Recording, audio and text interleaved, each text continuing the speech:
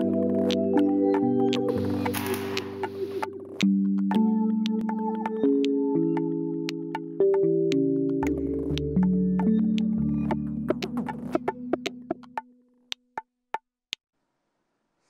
Novos Tempos de hoje, vamos conversar sobre a liberação pela Agência Nacional de Vigilância Sanitária, a Anvisa, da maconha para tratamento medicinal no país. Depois de aprovar o uso do canabidiol em 2015 e THC em 2016, a Anvisa inclui a cannabis no Código Oficial Farmacêutico do Brasil. Eu acho que tá quebrando um tabu, né? Porque às vezes alguma coisa que é considerada prejudicial, ela o tempo inteiro era a resolução para um problema, e aí o problema era o preconceito. Então é muito bom que estejam percebendo que é uma coisa boa. Eu acho necessário, já que ajuda e pode contribuir na saúde de alguém, eu acho que sim, pode usar. Eu acho que o mais importante é a conscientização do povo e a legalização completa do uso da maconha, mas é um início. Eu não conheço muito, mas eu já vi alguns poucos, tipo vídeos, essas coisas, e que sim, ajudou. Por exemplo, uma pessoa de Alzheimer que tremia muito, a usar, passou a tremer menos. Essa regulamentação já começa a abrir o caminho para outras coisas. Eu sou médico e tudo que possa fazer alguém que está doente se sentir melhor é importante. Várias pesquisas comprovam os benefícios das substâncias extraídas da planta no tratamento de doenças como epilepsia, dor crônica, esclerose múltipla e outras. Para conversar com a gente sobre o assunto, nós recebemos aqui no estúdio Livingston José Machado, professor de Direito da PUC Minas. Professor, muito obrigada pela sua presença aqui no Novos Tempos. É sempre um prazer. Eu queria começar o nosso programa te perguntando qual que é o significado dessa liberação para os pacientes. Houve uma reclassificação dessa substância, que até então era tida como de uso proscrito, proibido, e agora passou a ser de uso controlado, regulamentado. Acho que é um avanço, né? Não houve uma liberação, mas houve aceitação dessa droga como droga medicinal, e agora foi regulamentada. Agora, professor, por que é tão difícil, sendo que a característica básica de uso medicinal, liberar, por exemplo, uma droga que é considerada ilícita? Porque as drogas, elas estão relacionadas à vida humana, né? É verdade. A maconha, propriamente dita, desde 1930, que ela é tratada no Brasil como proibida, né? Como uma planta proibida. Se desenvolveu muito bem no nosso país, em razão das condições climáticas, mas essa pesquisa quanto ao uso medicinal não havia sido iniciada até o final da década de 90. A partir de então, começou-se algumas pesquisas, alguns resultados proveitosos. Entretanto, existem muitos fatores, inclusive de natureza econômica, das indústrias farmacêuticas, né, que dificultam essas pesquisas. Pesquisa é algo muito caro, né, e os laboratórios investem muito nisso. E é, vamos dizer, quase que natural esperarem um retorno financeiro e econômico disso. Hoje, aliás, a partir de 1988, a administração pública relacionada ao controle sanitário, ao controle de saúde, passou a ser feita por agências reguladoras. No nosso caso, a Anvisa, né? Agência de Vigilância Sanitária, que é um órgão vinculado ao Ministério da Saúde. E a coisa é muito, vamos dizer, burocrática, né? A gestão, o governo muito pelos escritórios, sem ter uma visão muito prática às vezes. Isso é que atrasa, demora, um controle que se pretende estabelecer, às vezes mais realista do que a própria realidade, torna mais difícil a aprovação e essas pesquisas nesse campo. Agora, na conversa, antes da gente começar o programa, o senhor tem experiência tanto como juiz e agora na sala de aula como professor. Como é que a gente poderia assim, avaliar as políticas públicas nossas, não estou ainda me referindo a outros países, a brasileira, em relação à criminalização das drogas, vou colocar assim no geral? Na verdade, nós não podemos falar de uma política pública brasileira, né? O Brasil ele é signatário de alguns tratados, de acordos internacionais. A nossa atual lei de drogas, né, a Lei 11.343, ela vem como resultado de uma política externa, de uma política internacional, de combate às drogas de forma internacional. Estabeleceu-se um sistema nacional antidrogas que é muito cópia do modelo americano, muito cópia de programas internacionais desse combate, né? O tráfico de entorpecentes, o controle de drogas, não conhece fronteiras, não conhece, por exemplo, os limites territoriais de um país. Então, hoje, esse combate é quase que internacional. O Brasil acaba cedendo a essas pressões externas para dizer que essa droga é possível, aquela droga não é possível, que essa substância deve ser tratada como lícita ou ilícita. Então, nós não temos muita condição de falar de uma política interna brasileira, política pública interna brasileira. É muito fruto dessa influência que nós sofremos de países outros. Agora, na América Latina, em outros continentes, já há muitos países que colocam em questão, discutem essa legislação. Temos o caso do Uruguai recentemente, que inclusive descriminalizou, especificamente estamos falando da maconha, né? Mas a tendência é de colocar em questão esse tipo de política, né? O próprio Estados Unidos, por exemplo, ele não consegue eliminar as drogas do seu próprio território, apesar de toda essa... Como é que o senhor vê assim, essa questão dessas discussões, essa tendência que a gente percebe assim de... Aqui mesmo no nosso país tem muitos movimentos pela legalização ou descriminalização, né? Regrar, o Estado acompanhar, mas não com essa política de criminalização. Toda moeda, né, diz que tem as duas faces, né? Um lado e o outro lado. Alguns desses países da América Latina, principalmente, a Bolívia, inclusive, que tem uma produção significativa de ópio, de substâncias que são consideradas entorpecentes, adotou quase uma política de rebeldia em relação aos Estados Unidos, que na nossa cultura, né, mas do lado de cá do mundo, é visto como um comando, um líder nesse combate ao tráfico de entorpecentes. E as próprias políticas norte-americanas de alguns anos atrás, por exemplo, do combate ao comércio de álcool, substâncias derivadas de álcool, fracassou em relação àquelas políticas e foi obrigado a repensar questões relacionadas às drogas. Hoje, um dos maiores países de comércio de drogas é os Estados Unidos da América, né? Mas ele tenta coibir esse comércio interno, estabelecendo políticas para outros países que são fornecedores de lá. Então, hoje nós vivemos muito em relação a isso. Esse controle de outros países, ou das drogas de outros países, visa muito mais o mercado americano. E a dependência econômica que nós temos dos Estados Unidos é que nos submete a essa situação. Essa discussão que nós estamos tendo é que cria dificuldade, por exemplo, para uma família aqui que tem um filho, que percebe no tratamento como o canabidiol, né, uma luz de avanço no tratamento do filho e tal. Esse pano de fundo que dificulta essa família ter acesso ou até o governo regulamentar essas questões? Isso também, mas o custo principalmente, né? Boa parte da indústria farmacêutica apresenta outras drogas que ainda não se pagaram como alternativas. Mesmo agora, com o reconhecimento pela Anvisa, com a alteração da portaria 344, que é de 98, incluindo o canabidiol, o THC, o tetraidrocannabinol como substâncias que podem ser usadas em medicamentos, mesmo agora a portaria recomenda que seja o último recurso, né? Que outros medicamentos sejam usados pelos médicos de forma preferencial, porque é muito mais barato você plantar um pezinho de maconha, extrair o processo de extração dessas substâncias dessa planta, é muito mais simples do que outros processos laboratoriais mais caros. Mais ou menos equivale a essa sabedoria popular das nossas avós, que tinham os chás, e que foram quase que descartadas essas receitas caseiras para que a pessoa consuma na farmácia. Existe um poder econômico por trás. A ideia passa um pouco por aí, sem dúvida. Se a gente vê também na questão das pesquisas de tecnologia de carro também, quer dizer, nós teríamos já tecnologias para avançar em outras direções, mas enquanto houver petróleo, essas pessoas têm...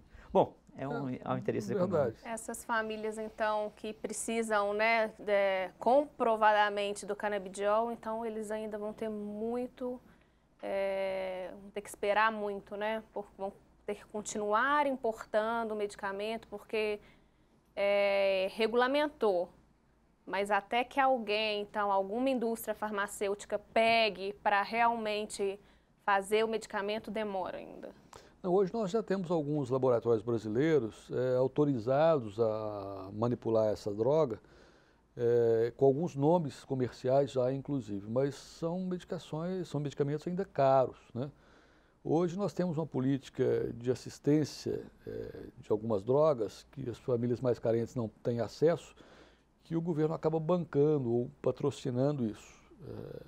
É uma forma, na minha leitura, na minha modo de enxergar, um pouco perversa, porque isso encarece bem o custo público, né?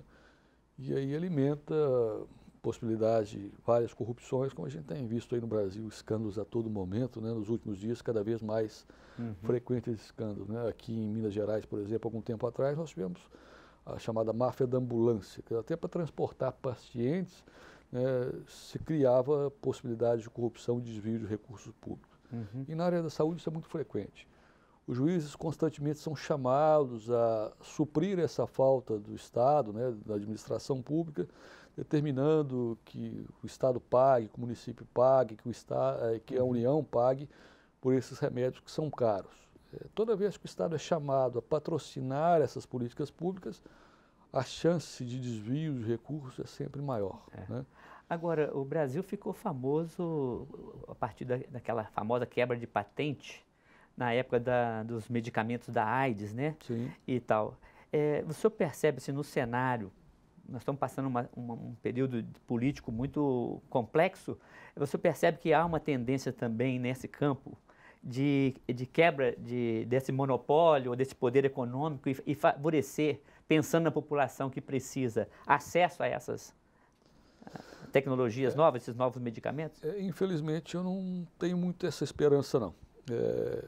No judiciário, né, órgão que eu pertenço ainda, embora aposentado, há sempre uma tendência de um peso e do outro lado um contrapeso. Se alguns juízes entendem que deve agir dessa maneira, deve quebrar garantias individuais em benefício da coletividade, existe um movimento contrário que é de conter o abuso desses recursos. Há algum tempo atrás, nós tivemos uma universidade do estado de São Paulo que, pesquisando uma medicação nova para combate ao câncer, com bons resultados, a Anvisa cuidou de proibir a comercialização, alguns juízes determinaram então que essa universidade fornecesse esse medicamento, a tal ponto que a demanda foi tão alta que a universidade não era laboratório, só estava em condição de pesquisa, salvo engano, a Universidade de São Carlos, no estado de São Paulo. Sim, acho que eu li alguma coisa. E não tinha mais condições de produzir aquele medicamento. Os tribunais então começaram a reformar aquelas decisões liminares, falaram, não tem como produzir e fornecer. O meu receio é que essa contra-força, né, fale mais alto do que a necessidade da população na nossa história tem muitos casos que o poder econômico é mais forte, né? Aliás, já de muitos anos, né? Desde a Idade Média, desde que o poder econômico conseguiu se apresentar como realmente um poder, ele vem ganhando espaço cada vez maior. Gente, vou interromper a nossa conversa rapidinho para a gente ir para um rápido intervalo. Não saia daí, daqui a pouco a gente volta com mais Novos Tempos.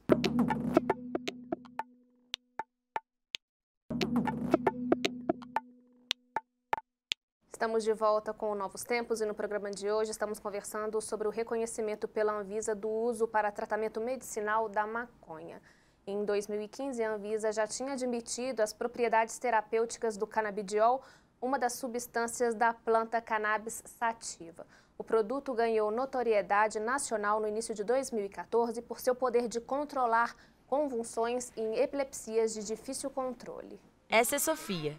Ela nasceu com uma má formação no cérebro e nos seus 2 anos e 7 meses de vida vem lutando contra as convulsões. Depois de inúmeros tratamentos, internações e exames, os pais de Sofia decidiram buscar a cura no canabidiol, uma das substâncias presentes na cannabis sativa, a maconha. Em 2015, Sofia fez um exame chamado vídeo EEG, que a criança fica internada no hospital, ela é filmada, pode durar de 24 a 72 horas essa internação para identificar convulsões. E no primeiro vídeo EEG em 2015, a Sofia, como eu tinha falado, ela teve tantas convulsões que eles queriam operá-la. O que a gente percebeu? Que logo no início do uso do canabidiol, né, 15 dias de uso do canabidiol, até menos, o cognitivo dela melhorou. Ela ficou mais esperta, ela ficou mais alegre, ela ficou prestando atenção mais nas coisas, emitindo novos sons, A nossa Sofia estava de volta. Ela fez agora, repetiu um exame, se não me engano foi em março. Não foi registrado, foi um exame muito mais longo do que o exame anterior. Esse foi de 48 horas, o anterior tinha sido só de 24. Ela não foi registrada nenhuma convulsão. E os neuros, tanto a neuro que laudou o exame, quanto o neuropediatra dela, que acompanha ela desde os 7 meses de idade, atribuíram ao canabidiol. Doenças como as de Sofia fazem parte de uma lista de patologias, muitas sem cura ou tratamento eficaz, que necessitam de remédios fortes com diversas doses diárias e que resultam em vários efeitos colaterais. Os canabinoides, que são os produtos ativos da maconha, eles são similares às substâncias que nós produzimos no nosso organismo. São chamados endocannabinoides. De certo modo, a complexidade do funcionamento do nosso organismo é mediada por esses endocannabinoides. Isso vale para o sistema nervoso, o neuroendócrino, isso vale para o sistema imunológico, vale para o processo de inflamação, para os processos metabólicos. O que é vantagem nesse caso? É que além de a gente conseguir algum resultado positivo, a gente pode permitir que o paciente se liberte das drogas extremamente danosas que normalmente se usa para o tratamento dessas doenças, que são corticoides e imunossupressores. Se vocês conhecem, é isso que eu estou querendo dizer para as pessoas, conhecem gente com epilepsia, autismo, fibromialgia, dor neuropática e doenças inflamatórias crônicas, procurem se informar sobre maconha medicinal. A realidade de viver com o medo de perder um filho e a esperança de encontrar a cura através do avanço da cannabis medicinal faz com que inúmeras famílias brasileiras batalhem contra toda a burocracia e o alto custo da importação desse medicamento. A maior dificuldade que a gente acredita ainda está nos médicos, que ainda não aderiram e muito por essa questão ainda ser um tabu. Se a Sofia tivesse tomado essa como primeira medicação, muito possivelmente ela não teria sofrido os problemas que ela sofreu. Depois que o médico receita, né, que topa passar por esse processo junto com a gente na Anvisa, aí tem a questão financeira, que é mais outro problema, o remédio tem que ser importado. Hoje, mesmo a gente tendo essa dificuldade, né, de trazer a importação, do custo ser alto, a gente consegue. E as famílias que não conseguem? Né? E quem não consegue ter acesso a esse medicamento? A pessoa não consegue ter acesso a um medicamento popular, que dirá um medicamento desse. Então, eu acredito que se o SUS pudesse, primeiro passo, se o SUS pudesse fazer essa importação para fornecer para esses pacientes, já ia ser um grande avanço. E a fabricação aqui ia ser o ideal. A gente vê a fala dessa mãe que eles pelo menos, eles têm condição, né, de importar esse medicamento. Eu acho que é revoltante a gente ver a demora, né, na liberação, no reconhecimento para o tratamento, porque muitos problemas podem ser evitados, né? Sim, sem dúvida. Mesmo quando a família não tem recurso e vai ao judiciário para que o judiciário determine a importação, isso é demorado, né? Até que se consiga, até acesso à justiça, seja através da defensoria pública ou de um advogado, isso gasta tempo. E esse tempo em questões de saúde normalmente é decisivo para o sucesso ou insucesso de qualquer tratamento. O professor, nesse sentido, até para avançarmos ou aprofundarmos essa discussão, eu queria que o senhor colocasse sobre os critérios para um país, no caso nosso, estabelecer quando que uma droga é lícita ou ilícita. No caso, por exemplo, nós temos aí reportagens que mostram que o álcool, que é lícito, às vezes destrói mais vidas do que o uso de outras drogas ilícitas. Quer dizer, que critério seria, além desse poder econômico que nós estávamos conversando, né, que determina uma certa política internacional, o que estaria mais assim como critério base de discussão? Ou a sociedade não pode participar disso? Ou ficamos refém de uma tradição? Como é que é? Isso está muito ligado a costumes e ao poder que determinadas drogas têm de alterar a capacidade de consciência das pessoas, que são os entorpecentes, ou aquelas drogas que podem causar dependência física, química, né, ou psíquica. Esses seriam os critérios que a legislação adota para dizer essa droga é permitida, é lícita ou não é permitida, é ilícita, ou deve ser controlada. Nós temos uma série de substâncias entorpecentes aí que são comercializadas, né, que depende de controle médico, as drogarias, as empresas que comercializam têm que fazer retenção de receitas, pelo risco potencial que essas drogas trazem. No Brasil, só em 1976, através da Lei 6368, é que se teve a preocupação de cuidar dessas drogas. E nós tínhamos lá 2 dispositivos da lei.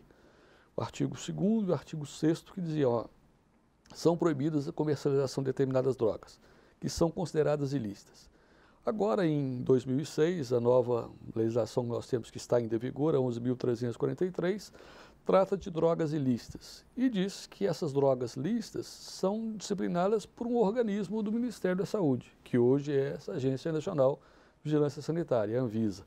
Então é ela que, com critérios técnicos, farmacológicos, diz, ó, essa droga pode ser comercializada, aquela não pode ser comercializada. O que essa agência, quais são os critérios que a agência reguladora considera? E que poder tem a sociedade de acompanhar, ou de interferir, ou de influenciar. Nessa colocação, nessa classificação. Nós temos alguns anexos da portaria 344, que é de 98, que diz que essas drogas são controladas, essas drogas são proscritas. Como incluir ou tirar ou retirar alguma dessas drogas desses anexos são os critérios da farmácia, são os critérios que outras áreas de conhecimento vão dizer se são não permitidas ou controladas. Vamos dar uma olhadinha rapidinho nas nossas redes sociais para ver o que os internautas têm comentado sobre o assunto. Vamos rodar o quadro hashtag.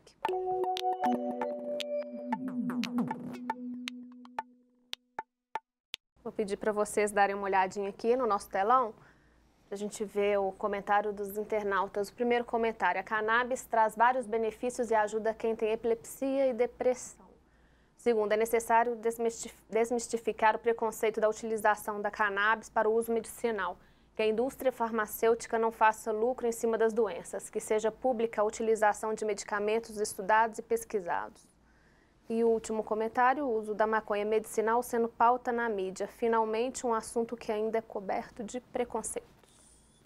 Parece que o assunto voltou ali, professor. Eu gostaria que o senhor voltasse da questão da indústria farmacêutica, né, dos interesses que estão por trás, não tanto a vida das pessoas ou a sua dignidade. O último comentário ali fala de preconceitos, né, ou conceitos anteriores a uma análise realmente que o assunto exige.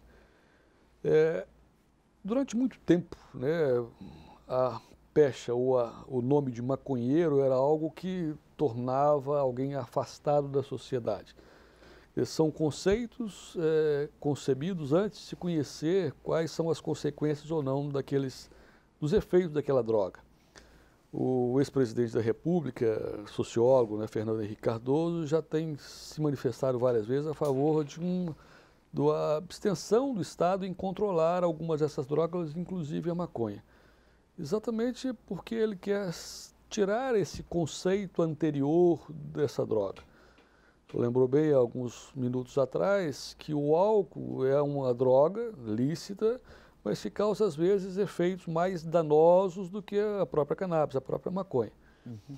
A utilização dessa ou daquela droga, seja a cannabis, seja o próprio álcool, seja outras substâncias químicas fabricadas em laboratórios, na medicina, elas são sempre bem-vindas.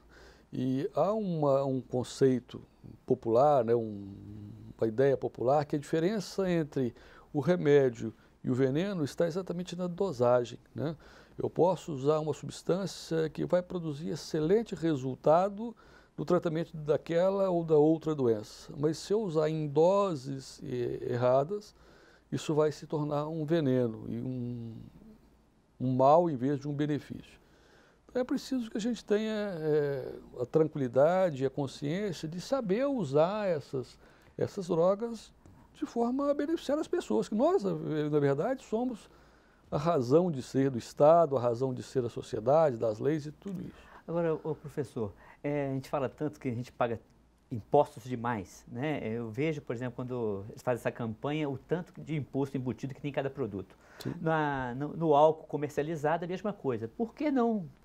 O interesse econômico de proibir é mais forte do que o interesse do Estado, por exemplo, em regulamentar, inclusive cobrando impostos e controlando a sociedade no uso das drogas que são hoje ilícitas. Pela ineficiência do Estado em fiscalizar, né?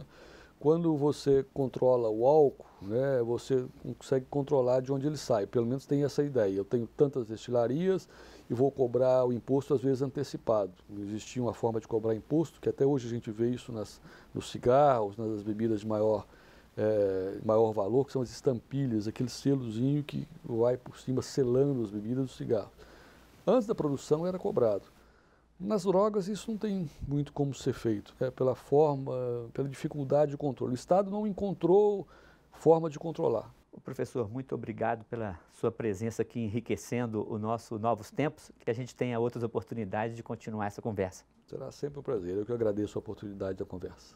O conjunto das drogas cria uma realidade complexa em nossas sociedades. Elas são usadas para diversos fins: saúde, alimentação, esporte, lazer, prazer e até para ganhar dinheiro. Agora, o uso medicinal é o principal e o mais aceito, mas também exige vigilância e reflexão, como vimos no programa de hoje. A distinção entre drogas lícitas e ilícitas, legais ou ilegais, tem se tornado cada vez mais questionada. A criminalização das drogas também se mostra ambivalente. Quando estamos diante de situações como a que acabamos de discutir no programa de hoje, a sociedade precisa participar dos debates, discussões, inclusive das deliberações. E você, o que pensa sobre isso? Bom, por hoje é só, fiquem com Deus e até o próximo programa. Ana. O Novos Tempos é uma parceria da PUC-TV Minas e o Ânima, Sistema Avançado de Formação da PUC Minas. A gente volta na semana que vem. Até lá!